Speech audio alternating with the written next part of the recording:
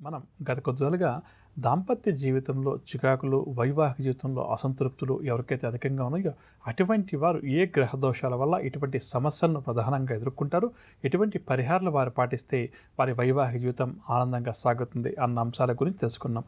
ప్రధానంగా చెప్పాలంటే ఏ వ్యక్తి జాతకంలో అయినా సరే సప్తమ స్థానాన్ని వివాహ స్థానంగా, జీవిత భాగస్వామి స్థానంగా జ్యోతిష్శాస్త్రరీత్యా చెప్తుంటాం. అంటే జన్మ లగ్నం నుంచి కానీ జన్మరాశి నుంచి కానీ మనం పరిశీలించినప్పుడు అతని సప్తమ స్థానం అంటే భార్య స్థానం లేక భర్త స్థానం అని చెప్పవచ్చు. ఏ విధంగా ఉంది, ఎటువంటి జీవిత భాగస్వామి వీరికి లభిస్తారు అన్న అంశాలు మనం చెప్పవచ్చు.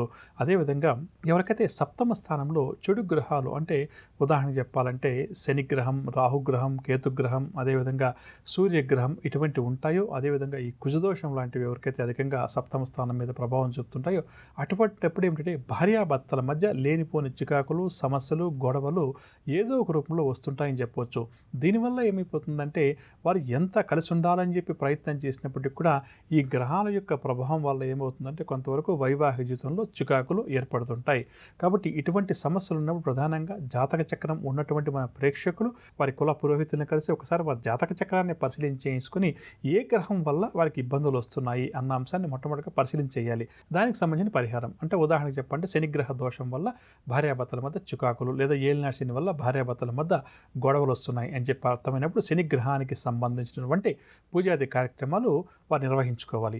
అదేవిధంగా రాహుగ్రహం వల్ల వస్తే రాహుగ్రహానికి సంబంధించి కాలసర్ప దోషం వల్ల కూడా కొంతమందికి వైవాహిక జీవితంలో సమస్యలు, చికాకులు, గొడవలు వస్తుంటాయి.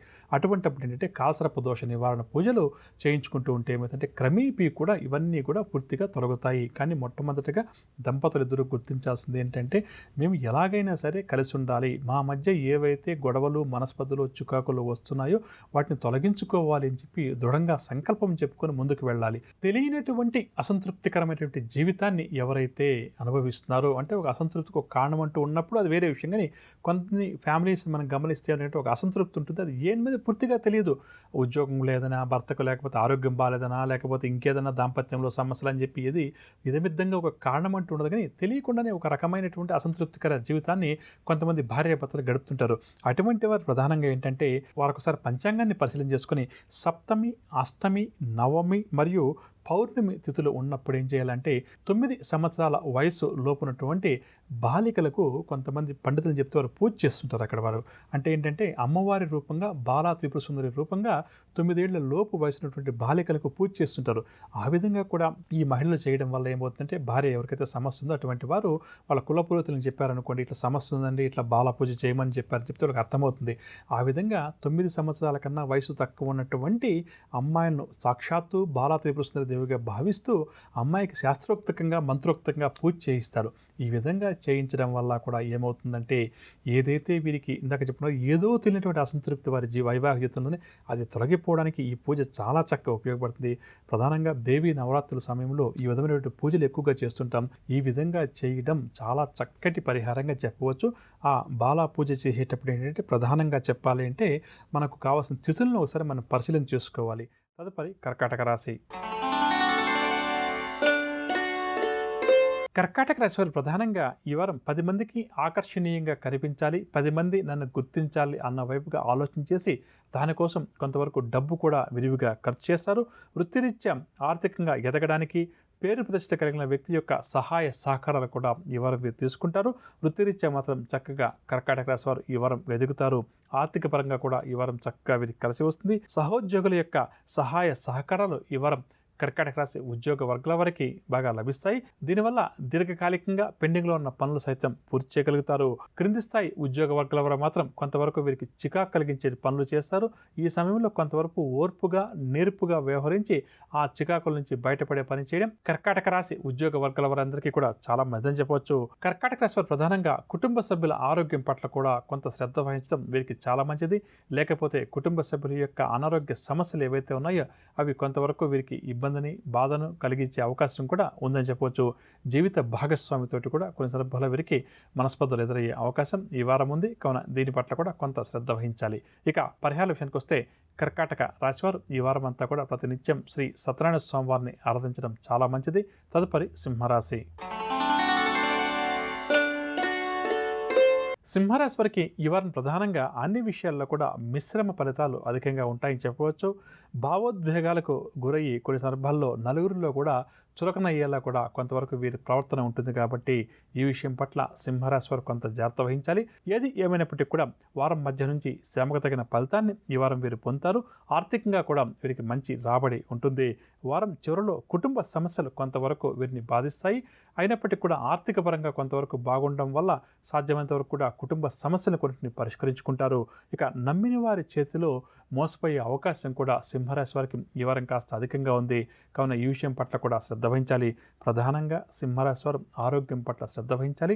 ఎవరైతే చర్మ సంబంధిత వ్యాధులతోటి, హృదయ సంబంధిత వ్యాధులతోటి ఇబ్బంది పడుతున్నారో అటువంటి వారు వైద్యులను సంప్రదించడం చాలా మంచిది. వాహనాలు నడిపేటప్పుడు కూడా సింహరాశి వారు ఈ వారం ఎంత జాగ్రత్త వహిస్తే అంత మంచిది. వాహనాల మరమ్మతుల విషయంలో కూడా ఏమాత్రం కూడా నిర్లక్ష్యం వహించడం ఈ వారం ఈ రాశి వారికి మంచిది కాదు. సింహరాశి వారు ప్రతి ఒక్కరూ కూడా ఆంజనేయ స్వామి వారిని యథాశక్తిగా వారమంతా పూజించడం, హనుమాన్ చాలీసా స్తోత్రాన్ని ప్రతి నిత్యం పఠించడం చాలా చక్కటి పరిహారంగా చెప్పవచ్చు. తదుపరి కన్యారాశి. కన్యారాశి వారికి ఈ వారం ఆర్థికపరమైనటువంటి లాభాలు చేతికంతాయి. నూతన ఆలోచనలను కూడా అమలు చేసే పనిలో నిమగ్నమవుతారు. చేస్తున్న పని పట్ల నిబద్ధతగా, నీతిగా వ్యవహరించి కొన్ని కష్ట నష్టాలు వీరికి ఎదురైనప్పటికీ కూడా నీతి నిజాయితీగా వ్యవహరించడం వల్ల వారు ఆ కార్య సాధనలో ముందడుగు వేస్తారు. 10 మంది చేత ప్రశంసలు కూడా ఈ వారం వీరు అందుకుంటారు. కొన్ని సందర్భాల్లో ఈ రాశి వారు చేసేటువంటి పనులు ఏవైతే ఉన్నాయో వాటిలో ఫలితాలు మాత్రం మిశ్రమంగా ఉంటాయని చెప్పవచ్చు. ప్రధానంగా ప్రతిష్టాత్మకంగా తలపెట్టినటువంటి కార్యక్రమం ఎంత కష్టమైనా సరే శక్తియుతులతోటి, తెలివితేటలతోటి ఇతరుల నుంచి సహాయాన్ని సరే తీసుకుని వాటిని దిగ్విజయంగా పూర్తి చేస్తారు. 10 మంది గుర్తించి గౌరవించే స్థాయికి ఈ వారం కన్యారాశి వారు ఎదుగుతారు. కుటుంబ పరంగా మాత్రం చాలా విషయాల్లో వీరికి ఇబ్బందులు ఈ వారం ఎదుగుతాయి. కుటుంబ సభ్యులతోటి మనస్పర్ధలు, మాట పట్టింపులు అధికమవుతాయి. ప్రధానంగా సంతాన విషయం పట్ల ఒక సరైనటువంటి నిర్ణయం తీసుకోలేక ఈ వారం కన్యారాశి వారు కొంతవరకు ఇబ్బందికర వాతావరణాన్ని ఎదుర్కొంటారు. దీనివల్ల కూడా కొంతవరకు వీరికి మనస్తాపం కలిగే అవకాశం ఉంది. కాబట్టి కీలక నిర్ణయాలు తీసుకునే సమయంలో కుటుంబ సభ్యులతోటి వాగ్వివాదాలకు వెళ్లకుండా ఓర్పు వహించడం మంచిది. నిదానంగా ఆలోచించి అవసరం అనుకుంటే నిపుణుల సలహాలు తీసుకుని ఆ తర్వాత ఆ నిర్ణయాలు అమలు చేసే పని చేయడం కన్యారాశి వారికి చాలా మంచిది. కన్యారాశి వారు ప్రతి ఒక్కరూ కూడా ఈ వారం అంతా కూడా కనకదార స్తోత్రాన్ని పఠించడం, అదేవిధంగా లక్ష్మీ అమ్మవారిని యథాశక్తిగా ప్రతినిత్యం పూజించడం, ముఖ్యమైన కార్యక్రమాలు ఏదైనా ప్రారంభం చేయాలి లేదా ముఖ్యమైన కార్యక్రమాలకు సంబంధించి నిర్ణయాలు తీసుకోవాలని చెప్పి అనుకునేటప్పుడు దత్తాత్రేయ స్వామివారిని కానీ లేక సాయిబాబా వారిని కానీ యథాశక్తిగా పూజించి ఆ తర్వాత నిర్ణయాలు తీసుకోవడం చాలా మంచిది. తదుపరి తులారాశి. తులారాశి వారికి ప్రధానంగా ఈ వారం గ్రహస్థితి సౌరమాన రీత్యా అంత అనుకూలంగా లేదు. నమ్మిన వ్యక్తుల చేతిలో ఆర్థికంగా మోసపోయే అవకాశం అధికంగా ఉంది. కావున ఎదుటి వ్యక్తుల విషయంలో ప్రధానంగా ఆర్థిక వ్యవహారాలకు సంబంధించిన విషయంలో తులారాశి వారికి ఈ వారం ఎంత జాగ్రత్త వహిస్తే అంత మంచిదని చెప్పవచ్చు. ఒక ప్రధానమైనటువంటి విషయంలో ఎదుటి వ్యక్తుల వల్ల నిందలు కూడా వీరు ఈ వారం మోయాల్సి వస్తుంది.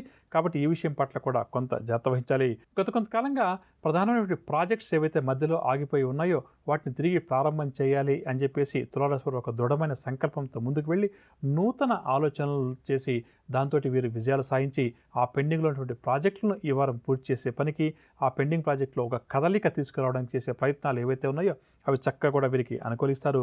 నాయకుడిగా ముందుండి అన్ని సమస్యలను ఎదుర్కొంటూ ఓర్పుగా, నేర్పుగా వ్యవహరిస్తూ ఆ ప్రాజెక్టు పనులను ఈ వారం ప్రధానంగా ఈ రాశి వారు పూర్తి చేస్తారు. ఇక ఎప్పటి నుంచో వేధిస్తున్నట్టు ఒక దీర్ఘకాలిక సమస్య ఏదైతే ఉందో, ఒక దీర్ఘకాలంగా ఉన్నటువంటి బాధ ఏదైతే ఉందో అది ఈ వారం తీరే అవకాశం పుష్కలంగా ఉంది.